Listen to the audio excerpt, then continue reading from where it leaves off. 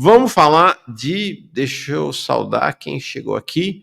O Gabriel Rainha. Mauro, ontem no ato na Cindelândia, 1º de maio, um camarada do PCBR discursava em um dos carros de som, o Henrique Azevedo gritava do carro ao lado tentando interromper o discurso. Pois é, coisas lamentáveis. Lamentáveis, porque o que está acontecendo, vamos falar real, né?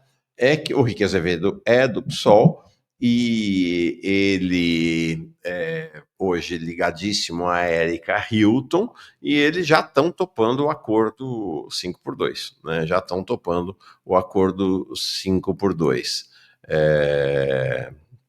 Então, diz aqui o Gabriel Rainha que o Rick gritava algo como deixa o trabalhador falar e não tem trabalhador, e aí depois o ato deu uma bela esvaziada, o ato foi bem pequeno lá na Cinelândia. Os atos do 1º de maio foram muito pequenos aqui no Brasil, nesse 1º de maio, esse é o fato, vou mostrar daqui a pouquinho.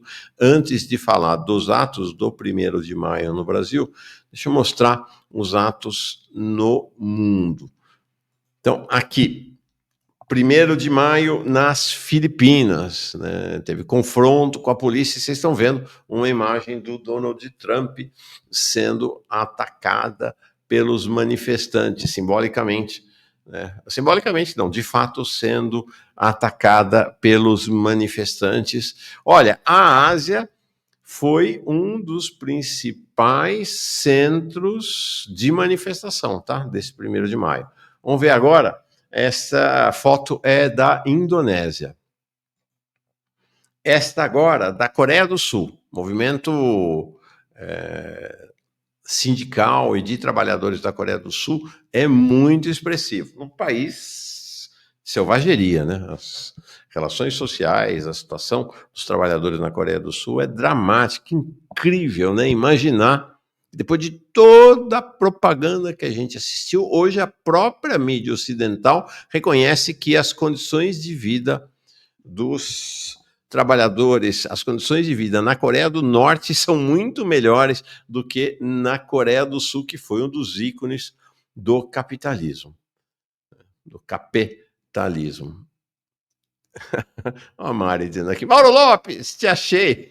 Então nós nos achamos, que bom, que bom.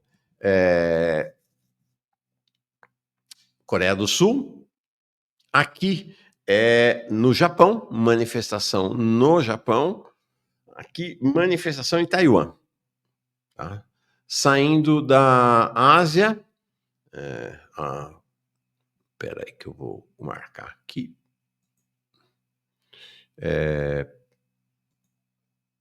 Bangladesh, também é um ato muito forte, muito expressivo em Bangladesh. Vocês estão vendo a linha de frente pelas mulheres, né? E em inglês ali, proteger o clima, proteger os direitos dos trabalhadores, é uma das faixas, uma dos cartazes que elas carregavam. Tá? Aqui, França, a manifestação em Narbona, lá na França, aqui, Estados Unidos. Tá? Então, essas são algumas das manifestações ao redor do mundo, como eu disse, destaque para a Ásia. São Paulo, as duas manifestações em São Paulo, a Vimeirim, ainda bem que você me lembrou, Vimeirim, é isso aí. Houve confronto na França, eu estou com o vídeo aqui.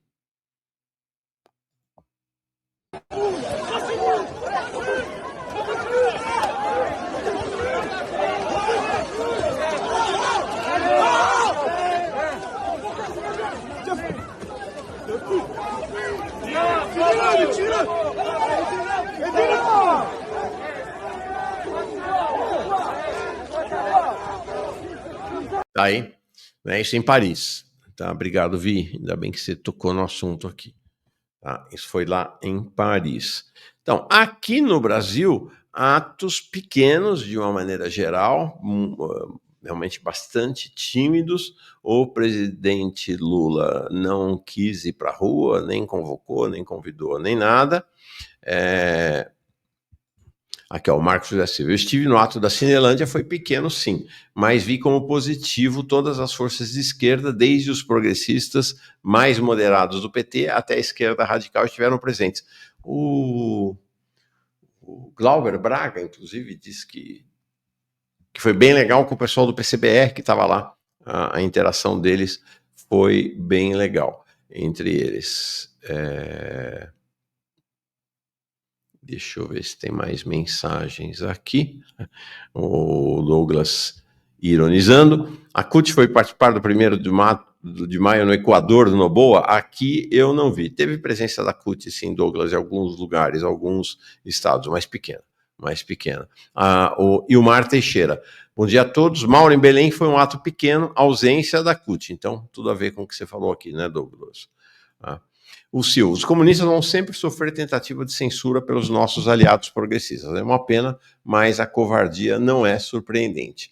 É aceno para a elite dia sim, dia também, porque são medrosos. De fato, esse ataque do Rick lá, é esse. Os comunistas, eles ficam com os ataques da extrema-direita e com os ataques dos progressistas.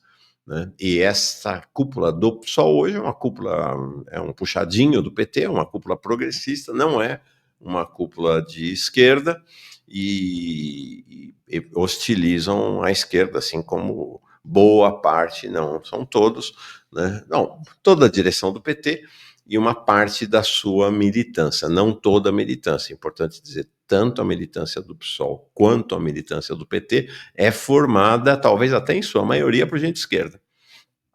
Quem não é de esquerda são as cúpulas, as direções, as forças, as correntes que hegemonizam esses partidos. Tá? Então, em São Paulo, a manifestação de fato foi fraca. A Érica Hilton deu entrevistas falando. Então, teve essa da Paulista e teve a manifestação das centrais sindicais, que teve sorteio de carro, lá na Praça Campo de Bagatelle, na zona norte de São Paulo. Né? Nem os sorteios de carros foram suficientes para mobilizar muita gente para a manifestação, não. Aqui um quadro bem pungente, né? Queremos ver nossos filhos crescerem, não só os patrões enriquecerem. O mote desse 1º de maio foi a luta contra a escala 6x1. Nós vamos falar com o Nicolas mais tarde, né? Isso aqui são faixas dos trabalhadores, dos entregadores por aplicativo, isso lá, Viaduto Tutóia, em São Paulo. iFood, Rap 99, Uber, Parasitas, somos trabalhadores, chega de escravidão moderna. Então, eu vi uma entrevista da Érica Hilton, no qual ela reafirmou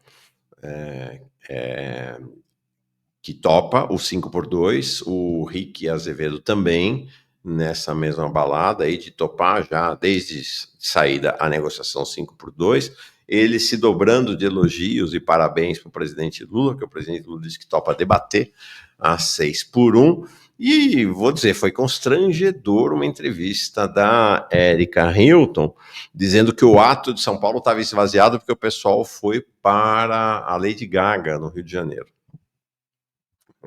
Essa foi uma. Foi curioso. Foi curioso. Então, Maceió. Tá, também, pouquinha gente, mas o pessoal tava lá na rua. Aqui uma imagem onde teve uma manifestação mais expressiva foi em Fortaleza. Vamos ver aqui, tem um vídeo.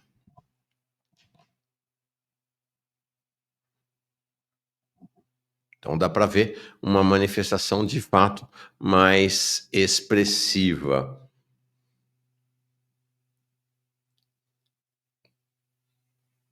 Lá em Fortaleza, de fato.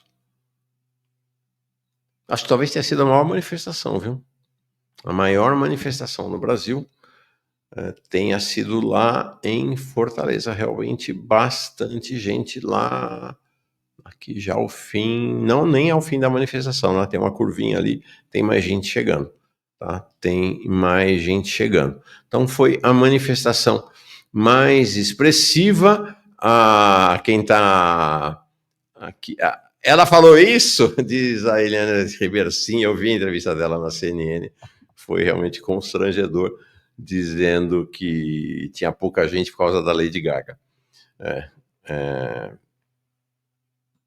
Então, Maceió, Fortaleza, aqui é Porto Alegre. Não, não é Porto Alegre, não. Aqui é. Se eu não estou enganado. Ah, não, é Fortaleza também. Perdão, aqui é Fortaleza também. Tá? Aqui Porto Alegre. Em Porto Alegre foi uma manifestação dentro da Casa do Gaúcho, não foi na rua, pouca gente também. Foz do Iguaçu aqui, tá? Há muita combatividade. E sobre a. Ah, e nas manifestações no exterior, Havana.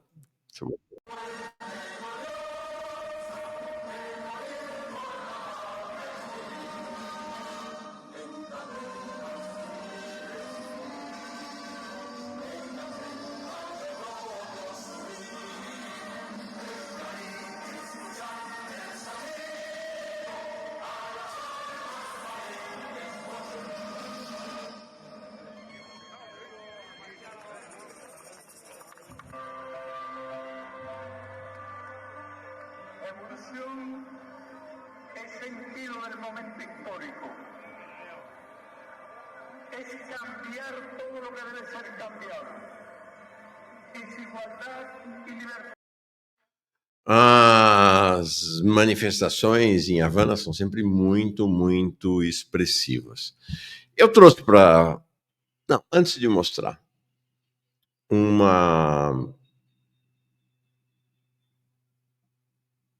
fala, um depoimento bastante forte. Ontem nós trouxemos um depoimento muito forte do nosso camarada, o Renato Freitas, sobre o tema do racismo. Não sei quem estava aqui, quem assistiu, foi muito emocionante, efetivamente, o vídeo dele durante uma audiência pública na Assembleia Legislativa do Paraná sobre o tema do racismo. Foi muito forte. Hoje trago para vocês um depoimento dele sobre o fim da escala 6x1. Ao nascer e voltando depois do sol se pôr, minha mãe perdeu a luz do dia e a oportunidade de acompanhar o crescimento dos filhos, que sem creche e sem rede de apoio aprendiam a sobreviver nas ruas da Vila Macedo, em Piraquara. Anos depois, aos 15, foi a minha vez, com a cabeça afundada numa sacola de supermercado, das 2 da tarde às 10 da noite, pacoteiro. Eu ia para a escola de manhã só para dormir. A necessidade atacou cada um dos meus sonhos de escola. E o patrão, oportunista como uma ave de rapina, tentava engoli-los. Diante do balcão, onde se enriquece o patrão, eu assistia a minha vida se esvaziar dentro de um relógio que marca sempre as mesmas horas. Sempre tudo igual. Sempre mais do mesmo. 9 horas por dia, 6 dias da semana, 11 meses por ano, 35 anos da vida. Em troca apenas do mínimo da sobrevivência. Sem chance significativa de subir na vida. No Brasil são necessárias 9 gerações, isto é, 180 anos, para que alguém saia lá da classe E, pobre e fudido, e chegue à classe C, pobre e iludido. Ou seja, a prole é pobre quando nasce e o proletariado mais ainda quando morre. Entre 2007 e 2022, só no SUS, sem contar os atendimentos privados, foram quase 3 milhões de casos de doenças ocupacionais, devido a lesões por esforço repetitivo, acidentes, contaminações, problemas nos músculos, nos ossos, uma série de doenças. Entre 2000 e 2016, cerca de 750 mil pessoas morreram de derrame ou doenças cardíacas, devido às longas jornadas de trabalho. Em 2010, uma fábrica chinesa de iPhones chamada Foxconn chegou a colocar em seus prédios redes de segurança para tentar impedir que os funcionários se jogassem pelas janelas do edifício. A empresa contabilizou mais de 10 casos de suicídio em apenas um ano. À época, as denúncias eram de que os funcionários tinham longas jornadas de trabalho e as chefias aplicavam uma disciplina militar. Para se defender, a Foxconn criou uma declaração de não suicídio para que os empregados assinassem. Está contratado, o trabalho é puxado, é adoecedor, mas vê se não se mata no trabalho, hein? Cômico, se não fosse trágico. Viver para trabalhar, da infância até a velhice, eis as regras do jogo. Trabalhar menos, trabalhar todos, produzir o necessário e redistribuir tudo. Essa é a fórmula. É isso aí. Forte, né? O Renato esteve aqui com a gente, acho que 2 semanas atrás. Ontem nós mostramos esse vídeo, esse hoje. O Renato, assim como outras lideranças da esquerda brasileira, sofre ataques violentos da extrema-direita e também dos progressistas, né? Sempre bom lembrar, eu sempre lembro, quando o Renato entrou na igreja, sem qualquer violência, lá atrás. Ele entrou na igreja, foi que ano?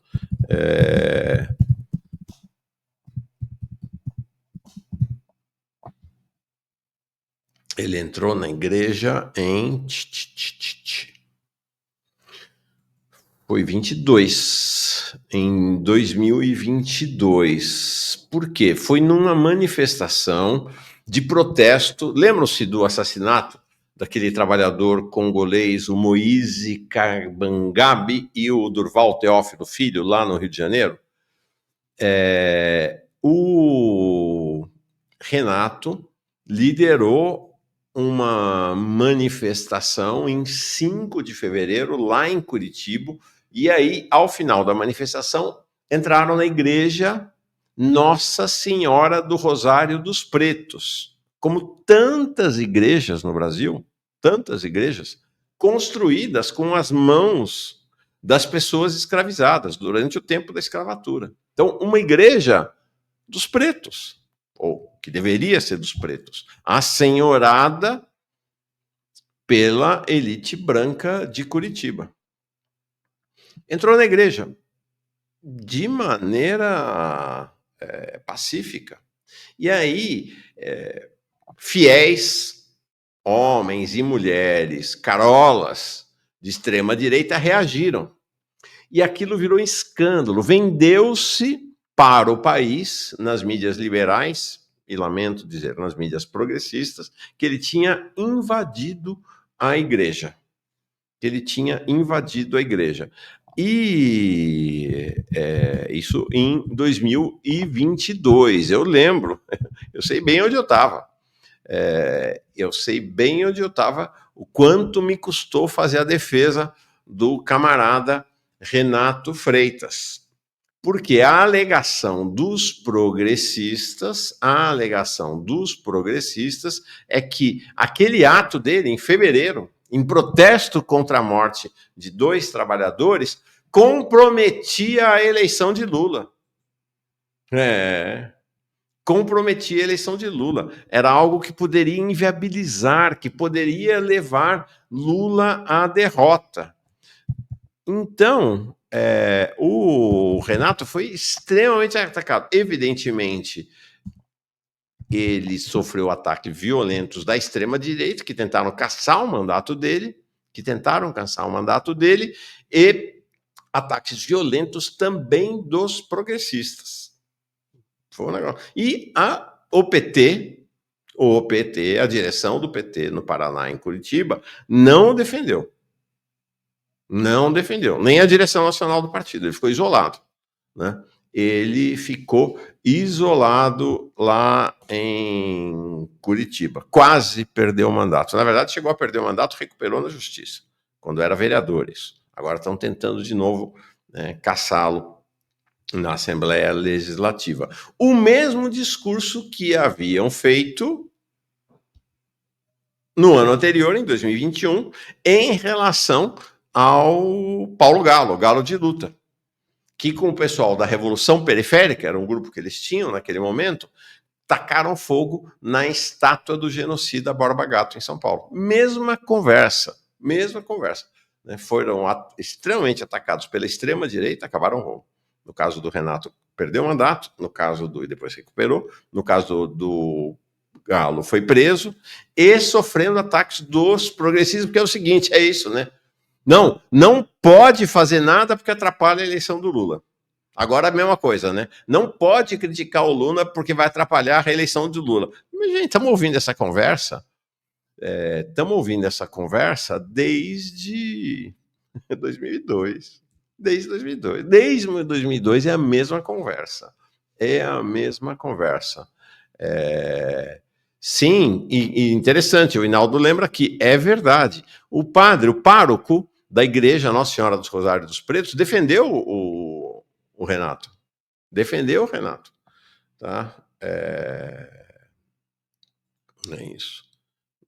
É isso. Aí tem gente aqui dizendo que a gente está passando pano para invasão de igreja. A Ellen pergunta, Mauro, você já falou sobre o ataque ao barco do Tiago Ávila, né? Flotilha da Liberdade? Sim, Ellen, falamos. O primeiro assunto nosso aqui, demos em caráter de urgência a notícia do ataque. Deixa eu te mostrar aqui, acho que você chegou depois, né? Bem no comecinho do programa. Esta madrugada foi atacada a Flotilha da Liberdade com o Tiago Ávila. São 30 ativistas internacionais. Está aqui a fumaça. E nós, inclusive, mostramos um trecho do vídeo divulgado pela flotilha do ataque, do incêndio no navio pelas forças nazi-sionistas do Estado de Israel. Tá? Então, de fato, demos mais cedo. Estou esperando um contato do Tiago para saber se está tudo bem com ele. Aí, o incêndio no navio depois do ataque das forças nazi-sionistas. Tá? Então, essa é uma questão crucial, né? Voltando para o tema aqui do Renato Freitas, né? É isso. Qualquer ação que as forças progressistas considerem que possa colocar em risco os governos do PT é condenada. Então é isso. Nós, os comunistas, a esquerda radical, vou mostrar, inclusive, daqui a pouquinho, outra pessoa que também sofre ataques cotidianos, tanto da extrema-direita quanto dos progressistas. É isso. Os comunistas, a esquerda radical, fica nesse fogo cruzado entre a extrema-direita, a direita tradicional, e os assim chamados progressistas. Os assim chamados progressistas. 1º de maio, quero mostrar para vocês aqui. Gente, peraí.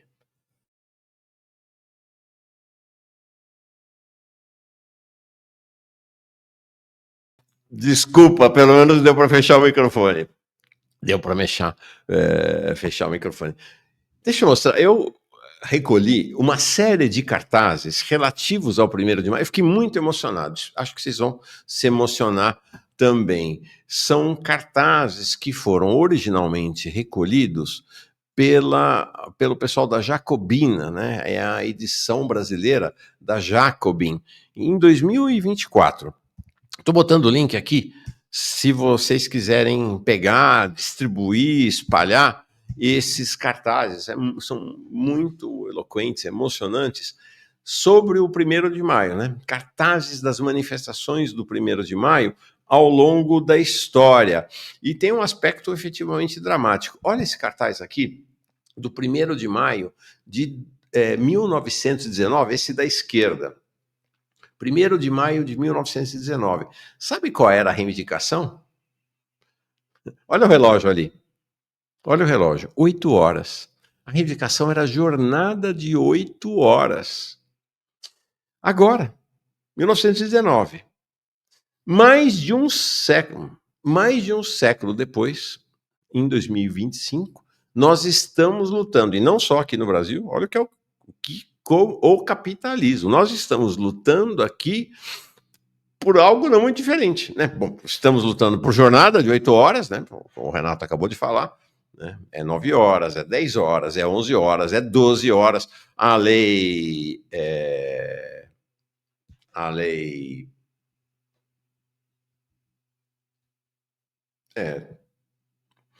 o projeto de lei urdido, articulado pelo governo Lula para os trabalhadores de aplicativos, não os entregadores, né?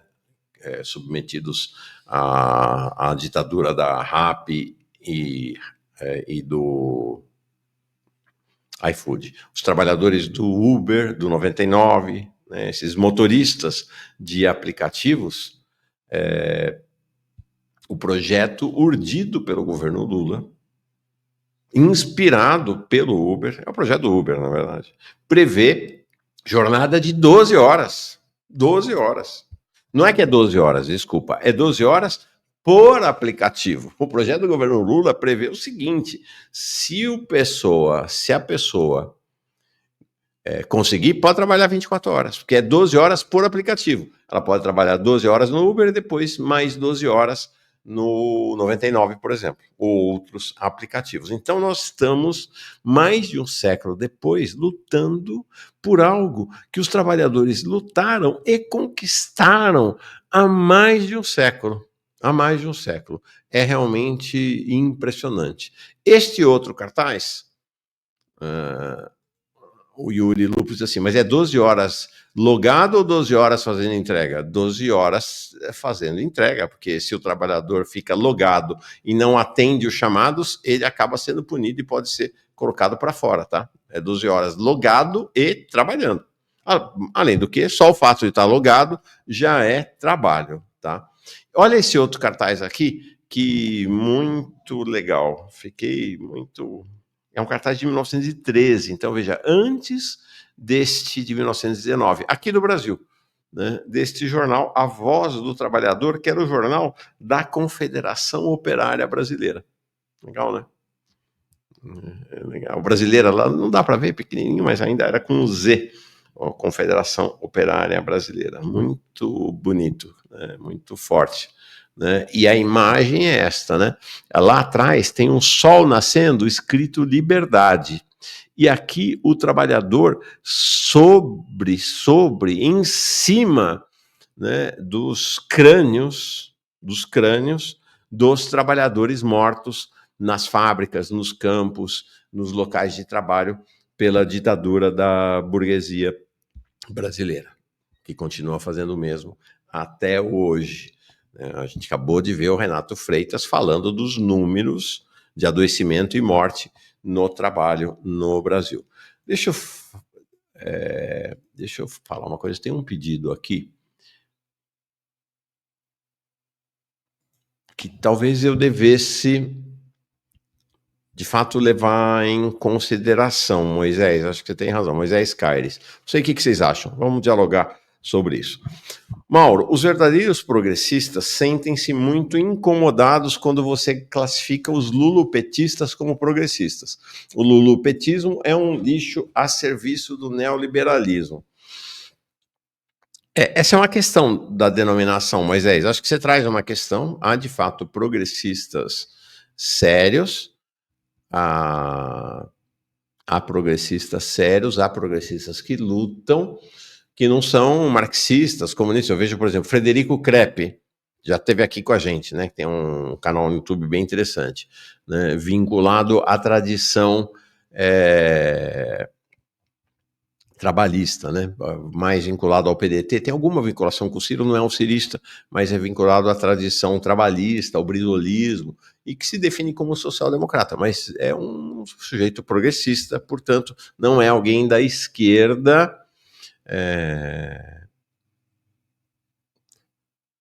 da esquerda radical, da esquerda marxista. O Decache se denomina progressista de esquerda, o Robson concorda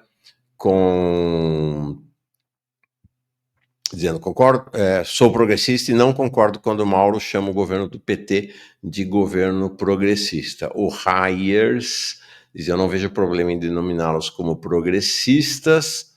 O Claudião diz, progressista é uma expressão vazia que não deveria ser usada por nós. Pois é, essa é uma questão, né, de como encontrar uma denominação que tenha mais a ver, né? Mas acontece que os progressistas estão entre os petistas e lulistas. O Rodolfo Fintistampf, ele não deu opinião, mas mandou uma mensagem aqui de apoio. Então, a Steph, inclusive, está falando de algo que eu não estou sabendo. Vou pegar informações com o Crepe. O que ela está dizendo? Ontem abriu uma plenária em que estava o Crepe e invadiram o call deles colocando vídeo pornográfico. Nossa, não estou sabendo disso, não. Vou escrever para o Crepe.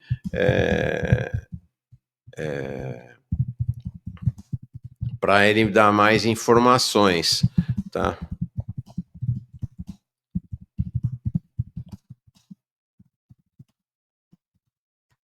Bom, já escrevi para ele. O Crepe não é que nem na nossa turma aqui, Jones, desses que está ligado 24 horas por dia no WhatsApp, não. Então, mas vamos ver se ele responde agora de manhã.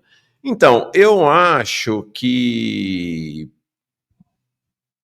precisamos pensar.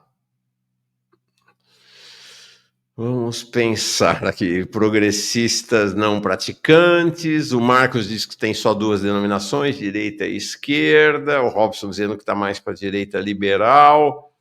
Então, a questão é que tem gente no PT que é de esquerda, a base do PT, como a base do PSOL.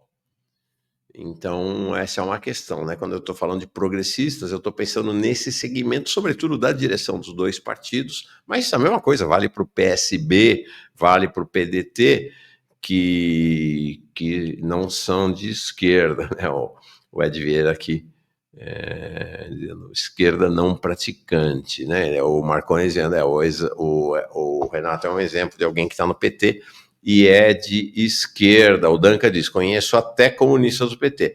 Olha,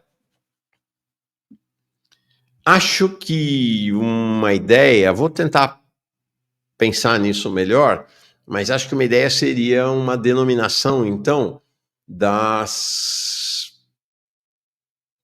forças petistas, do PT e do PSOL, do campo lulista. Tá? Acho que essa talvez fosse uma denominação mais adequada, né? Que é o campo do lulismo. Tem muita gente que questiona, acho que o Jones, inclusive, acha que essa caracterização de lulismo, que quem começou com essa qualificação foi o André Singer, o sociólogo e jornalista André Singer.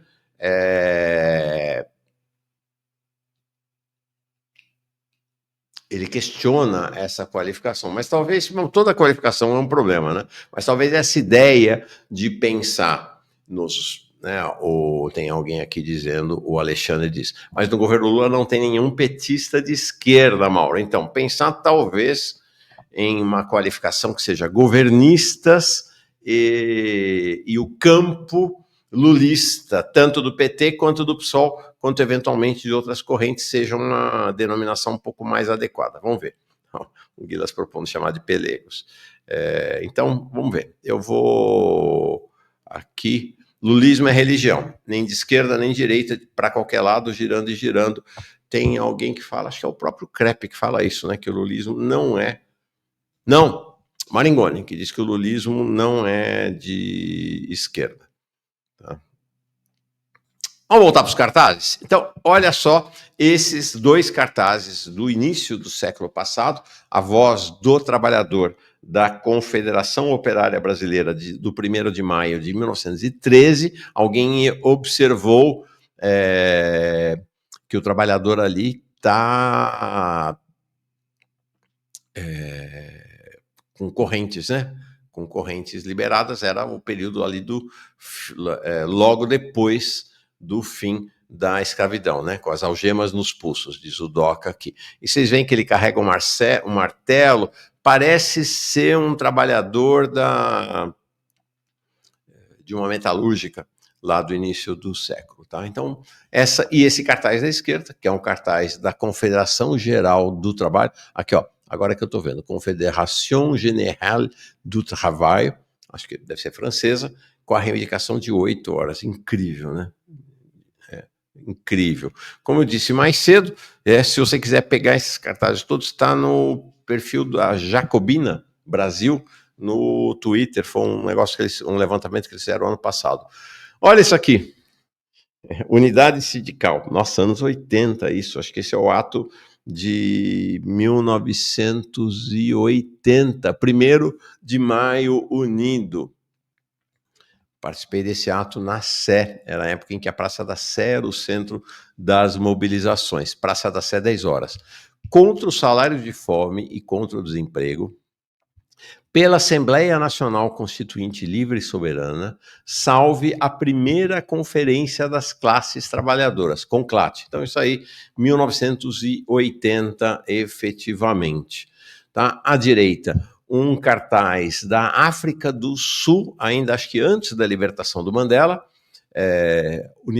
Trabalhadores Unidos pela Reconstrução em Liberdade da África do Sul. Tá? De 1994. 2 cartazes do Irã, cartazes muito bonitos do Irã, de 79, 80. Lindos cartazes, né? Lindos.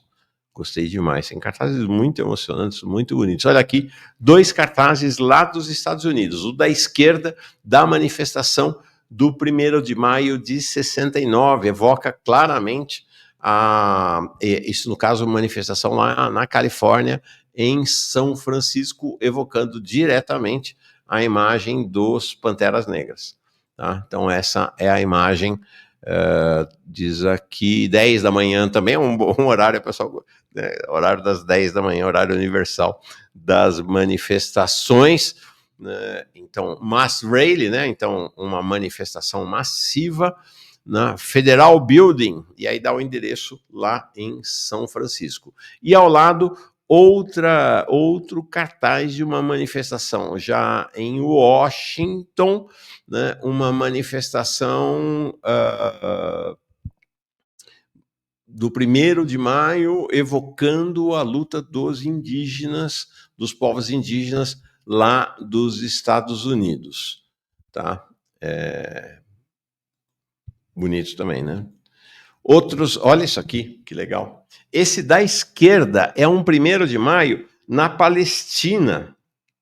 É um 1º de maio na Palestina. Lindo, ó. Fico até emocionado, né, de ver a Palestina. Tá? Isso anos 70 também, né? E a gente vê que o 1º de maio na Palestina é um 1º de maio com a ferramenta do trabalho e a ferramenta da luta armada. Né? 1º de maio palestino, dos trabalhadores palestinos, são, acho que se eu estou vendo bem aqui, são a preparação para a Revolução. E ao lado, esse cartaz de 1980 na Alemanha Oriental, na DDR, tá? Na Alemanha Oriental. Também lindo cartaz, lindo cartaz. Nicarágua, 1980, 1º de maio da Nicarágua, somente os operários e os camponeses irão até o fim. Então, 1º de maio, Dia Internacional dos Trabalhadores, na Nicarágua, em 81. Aqui em 85, um 1º de maio na Grécia. 1º de maio na Grécia. Aqui, voltando lá para o início do século, 1902, o 1º de maio na Itália, um cartaz do Partido Socialista Italiano, na época que o Partido Socialista Italiano era de esquerda. E do lado, o 1º de maio do 1º ano da Guerra Civil Espanhola, 1936, né? 1º de maio, da Frente Popular, mais que nunca União, Unidade Operária. Lindo cartaz também. Olha esses 2 aqui, gente. Muito bonitos também. Esse da esquerda, de 1927, perdão, 1º de maio na Holanda. E o da direita né, de 1927 na Holanda. O da direita é o 1º de maio na Iugoslávia, de 1965. Eu, sinceramente, achei um dos cartazes mais belos de todos que eu vi até agora. 1º de maio em Havana, todos com Fidel, a Praça da Revolução. Esse aí em 65, em Havana. E aqui, o 1º de maio, no México, na Cidade do México, unidade de todos os mexicanos pelo engrandecimento da nação, 1º de maio, Dia do Trabalho de 1947. 1947. Deixa-me ver. E aqui o último cartaz. Cartaz, está aqui. do comecinho ali, dos primeiros tempos da Revolução na União Soviética. Esse cartaz é de 1919, tá? Então, legal, né? Gostei. Isso é... Então, todos esses cartazes eu recolhi, a curadoria não é minha, até elogiaram a minha curadoria, mas eu estou apenas repassando a curadoria da Jacobina Brasil, tá? Acabei de colocar aqui no chat. Você vai, também uma outra alternativa é ir no Twitter e escrever lá, 1º de maio, Jacobina, vai aparecer essa lista desses cartazes maravilhosos, né, da luta dos trabalhadores de todo o mundo, do Brasil e de todo o mundo, né, pelo 1º de maio.